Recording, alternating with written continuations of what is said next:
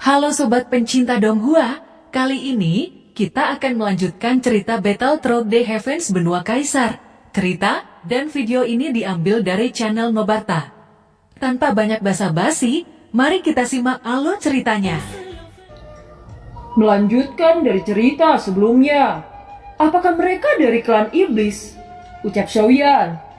Aku tidak yakin tentang ini, tetapi mereka benar-benar kuat. Bahkan Sekte Hima mematuhi mereka, ucap Xiaoli. Xiaoyan mengepalkan tinjunya, dia berkata, Leluhur, kurasa ada sesuatu yang harus aku pastikan. Aku harus pergi dengan cepat, tapi aku tidak bisa membawa Xiaoqi. Ini terlalu berbahaya, ucap Xiaoyan. Jika kamu tidak membawa Xiaoqi pergi, itu akan menjadi jauh lebih berbahaya. Xiaoyan, ketika kamu pertama kali memperbaiki pil obat tingkat kaisar, aku telah bertaruh dengan Xiaoli. Jika kamu berhasil menyempurnakan pil obat, maka Xiaoqi akan mengikutimu, ucap Xiaolong dengan suara serius. Mendengar ini, Xiaoyan benar-benar tidak tahu harus berkata apa. Mereka tidak tahu bahwa Xiaoyan sudah memiliki 2 istri di daratan Doqi. Tiba-tiba suara keras terdengar saat Xiaoyan merenungkan situasinya. Mereka datang. Mereka menyerang fraksi Guardian. Fraksi Guardian tampaknya tidak mampu menahan serangan itu, ucap Xiaoli. Setelah itu tangan Xiaoqi tiba-tiba diletakkan ke tangan Xiaoyan. King kamu harus segera pergi dan mendengarkan apa yang dikatakan Xiaoyan. Maafkan kakek ini tidak bisa melindungimu, ucap Xiaoli. Xiaoqi tidak berdaya dan matanya sedikit lembab melihat peristiwa ini. Xiaoyan tidak mengatakan apa-apa lagi ketika dia memegang tangan Xiaoqi saat berlutut ke arah Xiaoli dan Xiaolong. Melihat pemandangan ini, Xiaoli meneteskan air mata. Dia berkata, Bangunlah, Ki-er, ingatlah untuk mendengarkan Xiaoyan, ucap Xiaoli. Mendengar ini, air mata jatuh di wajah Xiaoqi. Dia tidak tahu jika dia melarikan diri dengan Xiaoyan apakah dia dapat melihat kakeknya lagi di masa depan. Gadis bodoh, jangan menangis. Kakek akan baik-baik saja. Setelah masalah terselesaikan, kita akan kembali bersama lagi, ucap Xiaoli. Pada saat ini suara gemuruh menjadi lebih keras. Situasi saat ini tidak memungkinkan mereka untuk mengatakan lebih banyak. Xiaoli menoleh ke Xiaoyan dan berkata, Xiaoyan, sekarang aku hanya bisa mencoba menahan mereka dan memberikanmu waktu untuk melarikan diri. Kamu harus membawa Xiaoqi bersamamu. Xiaolong dan aku akan mencoba yang terbaik untuk menunda mereka. Ingatlah untuk tidak mati. Di tubuh kalian mengalir darah klan Xiao, ucap Xiaoli. Leluhur, roh api kekacauanku hampir sepenuhnya terintegrasi. Aku ingin pergi ke tempat monumen kekacauan dan sepenuhnya menyempurnakan roh api kekacauan. Monumen itu tersembunyi dan sulit ditemukan, bahkan kelima orang dari klan Pantom tidak mudah menemukannya, ucap Xiaoyan. Terserah kamu, tapi kamu harus memperhatikan bahayanya, ucap Xiaoli. Bocah, kamu harus menjadi kuat, ucap Xiaolong menepuk pundak Xiaoyan sebelum dia berbalik dan berjalan ke arah Xiaoli. Xiaoyan, pergilah. Kamu harus melindungi Xiaoqi untukku, ucap Xiaoli. Setelah itu Xiaoli dan Xiaolong segera bergegas ke arah medan pertempuran. Xiaoyan dan Xiaoqi dengan cepat berjalan mengitari beberapa bangunan. Mereka menekan kultivasi mereka hingga di titik terendah. Di atas langit yang kosong ini terlihat gerbang batu yang tersembunyi secara bertahap mulai muncul. Xiaoyan dan Xiaoqi mendarat di depan gerbang batu. Telapak tangan Xiaoyan terangkat dan nyala api kuning muda naik di tengah telapak tangan Xiaoyan. Setelah itu dia melemparkan nyala api warna kuning ke gerbang batu di depannya. Xiaoqi yang berdiri di samping terkejut melihat adegan ini. Dia tidak tahu bahwa Xiaoyan memiliki api langit. Dan menurut pengamatannya, api langit Xiaoyan ini sangat mirip dengan roh api kekacauan yang Xiaoli katakan kepadanya. Roh suci kekacauan memiliki nama yang sangat terkenal di antara klan Xiao. Bagaimana mungkin Xiaoqi tidak terkejut? Api kuning pucat melayang di atas gerbang batu. Dan garis-garis aneh di gerbang batu tiba-tiba memancarkan cahaya redup. Nyala api dengan cepat bergabung ke dalam garis-garis aneh ini. Xiaoyan mendesak energinya dan meningkatkan kekuatan roh api kekacauan. Segera gerbang batu mengeluarkan lingkaran cahaya kuning samar. Xiaoyan menghela nafas lega setelah melihat ini bekerja. Akhirnya gerbang batu mulai terbuka perlahan. Dengan lambaian tangannya, roh api kekacauan di gerbang batu terbang kembali ke tangan Xiaoyan dan segera masuk ke dalam tubuhnya. Xiaoyan mengambil langkah dan berjalan ke gerbang batu membawa Xiaoqi di belakangnya. Begitu Xiaoqi masuk ke monumen kekacauan, tekanan tak terlihat segera menekan Xiaoqi. Xiaoyan yang melihat ini segera menyalurkan ki kekacauan sebelum membungkus Xiaoqi. Segera penindasan di tubuh Xiaoqi langsung menghilang. Setelah mereka memasuki monumen kekacauan, gas kuning pucat menghilang secara instan. Gerbang batu di belakangnya perlahan-lahan ditutup dan menghilang. Di antara monumen kekacauan banyak api kuning pucat yang tak terhitung jumlahnya terbang di udara. Ruang ini tidak besar. Langkah Xiaoyan perlahan bergerak menuju pusat bersama Xiaoqi. "Xiaoyan, di mana Anda dibesarkan?" tanya Xiaoqi. "Saya dibesarkan di benua Douqi," ucap Xiaoyan. "Aku tumbuh di benua lain dan ayahku meninggal lebih awal. Kakek satu-satunya kerabatku," tanya Xiaoqi. "Kamu tidak sendirian. Aku akan menemanimu," ucap Xiaoyan sambil tersenyum. Mendengar keberanian kata-kata Xiaoyan, wajah Xiaoqi menjadi sedikit merah. Sementara mereka sedang mengobrol, tiba-tiba ada fluktuasi di ruang sekitarnya. Api yang tak terhitung jumlahnya yang awalnya tenang mulai bergegas menuju Xiaoyan. Melihat fenomena ini, tubuh Xiaoyan tiba-tiba mengeluarkan cahaya kuning. Melihat adegan ini, mata Xiaoyan sedikit terkejut. Segera semangat juang di tubuhnya tiba-tiba meledak. Suasana yang semula kacau di sekitarnya langsung menjadi tenang. Sepertinya ini adalah tempat energi kekacauan. Kita harus menjaga nafas serendah mungkin. Kalau tidak, energi kuat di ruang ini menjadi tak terkendali, ucap Xiaoyan melihat Xiaoqi di belakangnya. Xiaoqi mengangguk dan tersenyum. Keduanya segera mencapai pusat monumen kekacauan. Setelah itu Xiaoyan melihat api yang menggantung di gerbang batu. Xiaoyan meminta Xiaoqi untuk mundur dan Xiaoyan perlahan-lahan berjalan menuju api itu. Dia menemukan bahwa kekuatan nyala api ini sama persis dengan roh api kekacauan. Selama api kekacauan ini dimasukkan ke dalam tubuh, roh api kekacauan akan dapat sepenuhnya bergabung. Xiaoyan dengan hati-hati berjalan menuju api di tengah gerbang batu. Dan roh api kekacauan di tubuhnya juga dilepaskan. Xiaoyan melambaikan tangan kanannya dengan lembut saat api kekacauan di tengah gerbang batu terbang. Selanjutnya dia segera duduk bersila di atas platform batu memegang dua api kekacauan dengan dua tangan.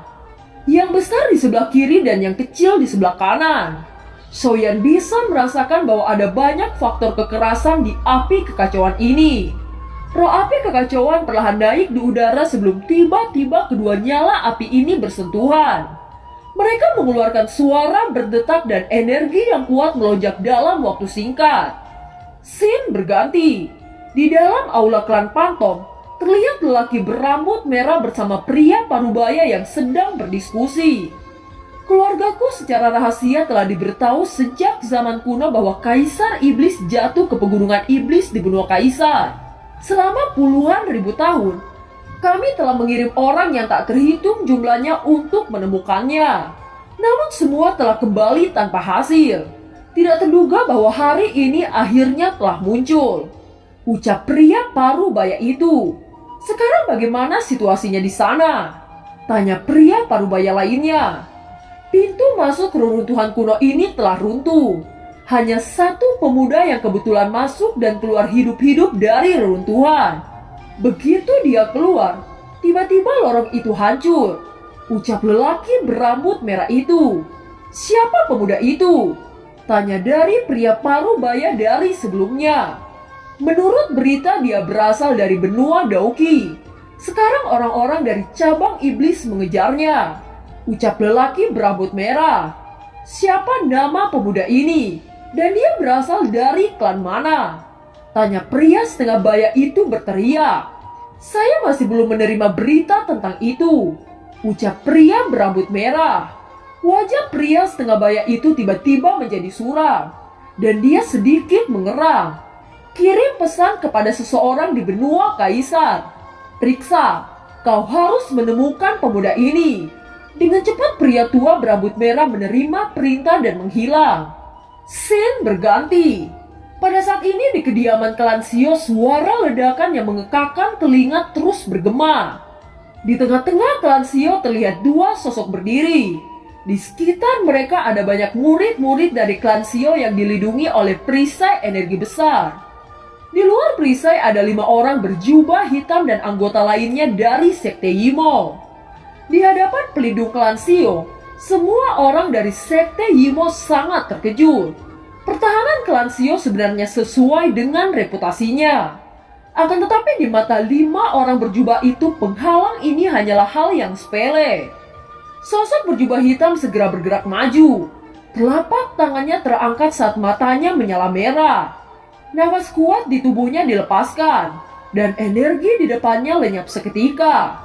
Serahkan bocah laki-laki bernama Xiaoyan, dan kami tidak akan membunuh kalian semua, ucap pria berjubah hitam berteriak ke arah Xiaoli.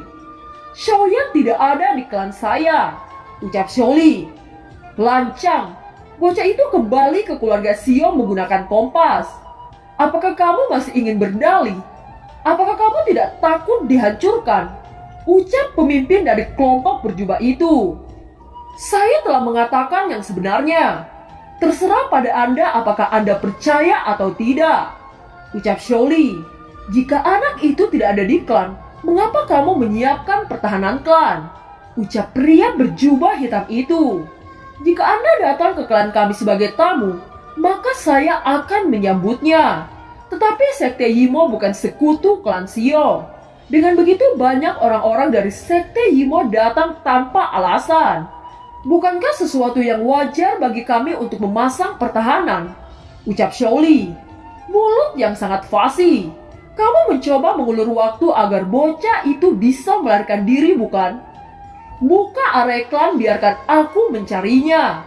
Jika anak itu benar-benar tidak ada di sini, maka aku akan berhenti memusnahkan klan Anda, ucap pemimpin kelompok berjubah hitam itu. Sepertinya kamu sedang bermimpi, ucap Xiaoli tersenyum dingin. Pria berjubah hitam itu sangat marah dan aura membunuh tiba-tiba melonjak. Dia berkata, baiklah, jangan salahkan kami karena kejam, ucap pemimpin kelompok berjubah hitam.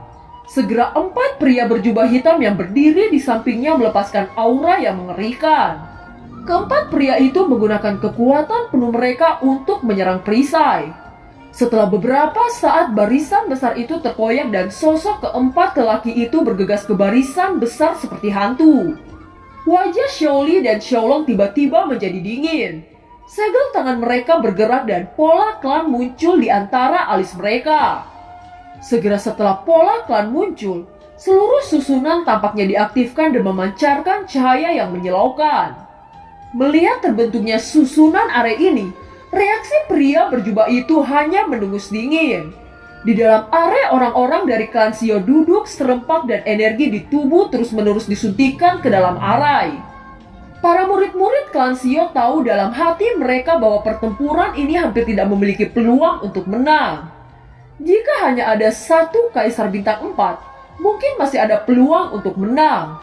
Tapi sekarang ia menghadapi 4 kaisar bintang 4. Selain itu masih ada orang terkuat di antara 5 orang itu yang belum bergerak. Tetapi para murid klan Shio tidak memiliki niat sedikit pun untuk menyerah. Dan mati-matian menyuntikkan energi ke area besar. Sidik jari Xiaoli berubah dengan cepat dan pedang energi besar dalam area tiba-tiba muncul. Mata Xiaoli sangat dingin. Dia mengendalikan pedang energi raksasa dan mengayunkan keras pada 4 orang berjubah hitam. Sosok 4 orang berjubah hitam tidak takut sedikit pun dan pada saat yang sama telapak tangan mereka berempat bergabung menjadi satu.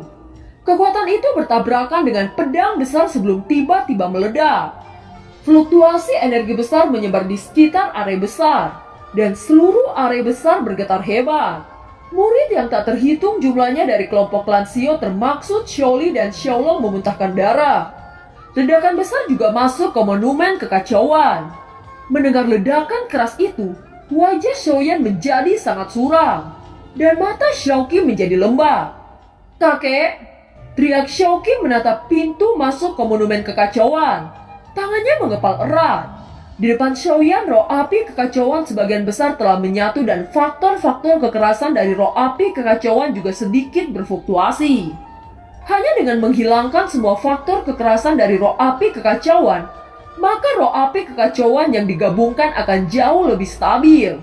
Tiba-tiba bayangan melayang di depan mata Xiaoyan dengan kecepatan yang sangat cepat. Bahkan Xiaoyan gagal mendeteksinya.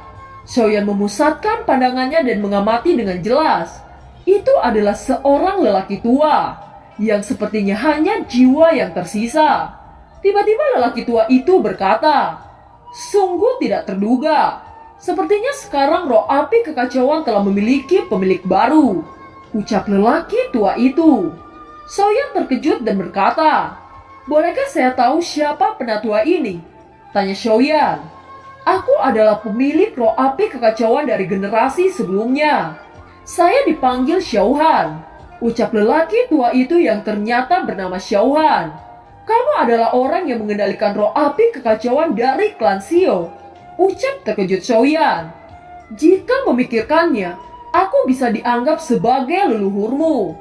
Karena waktu saya tidak banyak dan energi saya terbatas, biarkan saya membantu Anda menyelesaikan penggabungan roh api kekacauan," ucap Xiaohan. Segera tubuh pria itu berubah menjadi seberkas cahaya dan bergabung bersama dua roh api kekacauan. Tiba-tiba faktor kekerasan dari roh api kekacauan itu langsung menghilang. Tanpa faktor kekerasan, dua roh api kekacauan langsung bersinar terang dan menyatu. Energi yang berapi-api dan kuat juga langsung melonjak. Perlahan-lahan cahaya memudar dan roh api kekacauan jatuh ke tangan Xiaoyan. Pada saat ini Xiaoyan memperhatikan roh api kekacauan yang semula kuning pucat berubah menjadi kuning pekat. Sambil memegang roh api kekacauan, Xiaoyan memperhatikan dengan seksama. Seluruh nyala api ada garis-garis kecil yang tak terhitung jumlahnya, memberikan perasaan yang misterius.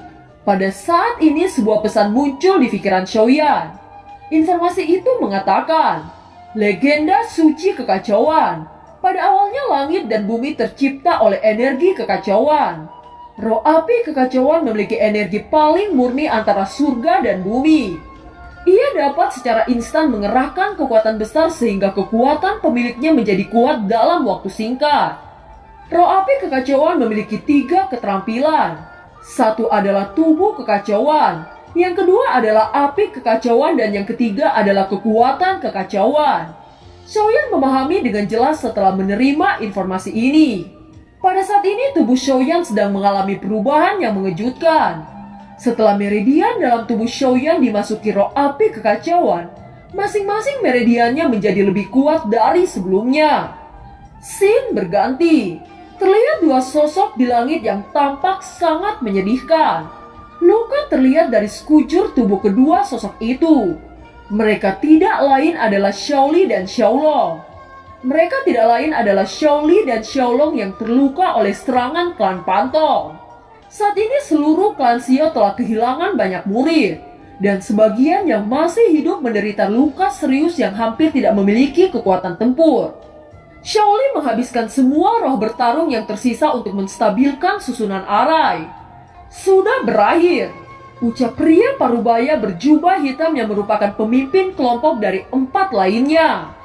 Begitu kata-kata itu jatuh, detik berikutnya tubuh Xiaoli dan Xiaolong terlempar jauh. Dua teriakan terdengar pada saat yang sama. Tubuh Xiaoli dan Xiaolong tiba-tiba jatuh sebelum menabrak tanah dengan keras. Sosok pria berjubah hitam itu dengan cepat melesat dan muncul di depan Xiaoli dan Xiaolong. Dengan kedua tangan terulur, mereka langsung menangkap leher Xiaoli dan Xiaolong. Setelah itu dia melemparkan keduanya ke 4 berjubah hitam lainnya dan berkata, "Tahan mereka berdua, jangan biarkan mereka mati," ucap pemimpin berjubah itu. Segera mereka mengangguk setelah mendengar kata-kata ini. Mereka mengerti bahwa dengan menggunakan keduanya maka akan ada harapan untuk menarik Xiaoyan. Para tetua dan semua muridnya yang kembali dari pegunungan Tianmo tidak ikut serta dalam pertempuran. Mereka jelas tahu bahwa pertempuran ini jauh dari level mereka. Bahkan jika mereka semua naik, itu sama saja menendang plat besi. Namun menyaksikan keluarganya jatuh dan menyaksikan Xiaoli dan Xiaolong terluka parah, Xiao Wutian dan penatua lainnya dipenuhi dengan kesedihan. Walau karakter Xiao Wutian egois, Xin kembali ke Xiaoyan. Terlihat sosok Xiaoyan tiba-tiba membuka matanya, dan mata itu menunjukkan warna keemasan.